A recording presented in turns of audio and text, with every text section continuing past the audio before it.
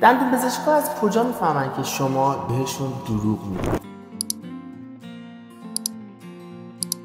سلام دوستان، من دکتر شهرام نیک‌فلا هستم، فارغ التحصیل از دانشگاه مانیلا سنترال یونیورسیتی با 10 سال تجربه در دندان پزشکی.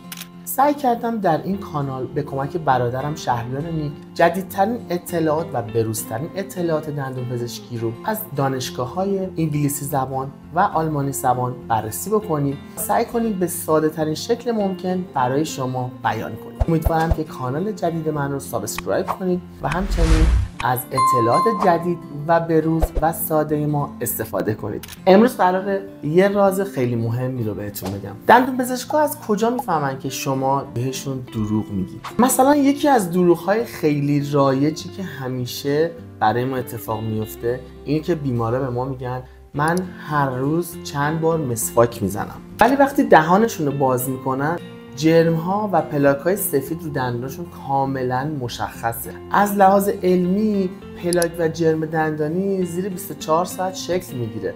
پس شما اگه روزی 2-3 بار مسواک بزنید هرگز پلاک نخواهید داشت. پس لطفاً به ما دروغ نگید که مسواک میزنید، چون دندوناتون دارن فریاد میزنن که شما مسواک نمیزنید. یکی دیگه از دروغ‌های کلاسیکی که بیمارا همیشه میگن اینه که من هر روز نخ دندون میزنم، ولی وقتی که میان دندون پزشکی و ما براشون نخ دندون میزنیم لثه هاشون شروع به خونریزی میکنه و این کاملا برای ما مشخصه که این لثه ها به نخ دندون عادت نداره. اگه میخواین وقتی که میایین دندون پزشکی و دوست ندارید که اینجا تبدیل به صحنه وحشتناک خوناشامی بشه، از قبل واقعی نخ دندون بکشید، چون که اگه نخ دندون واقعا رو لثه هاتون نکشیده باشین اینجا ما کاملا متوجه میشیم. یکی دیگه از رایج ترین دروغ هایی که به ما میگید اینه که من سیگار نمیکشم، ولی وقتی که میایین دندون پزشکی و دهانتون رو باز میکنید لکه‌های قهوه‌ای روی دندونتون کاملا برای ما مشخص میکنه که شما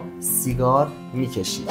پس لطفاً اگه واقعا سیگار میکشید به ما دروغ نگید، چون لثه ها دندونتون اینو به ما میگن. یکی از دروغ‌های باحالی هم که بیمارا به ما میگن اینه که من اصلا نوشابه و شیرینی نمیخورم، ولی وقتی که میان دندان پزشکی و دهانشون رو باز میکنن لکه‌های روی دندونشون و پوسیدگی‌های روی دندوناشون به ما این رو میگه که اینها از شیرینی و نوشابه استفاده میکنن. نوشابه معمولا محیط دهان رو اسیدی میکنه و ما کاملا متوجه این میشیم.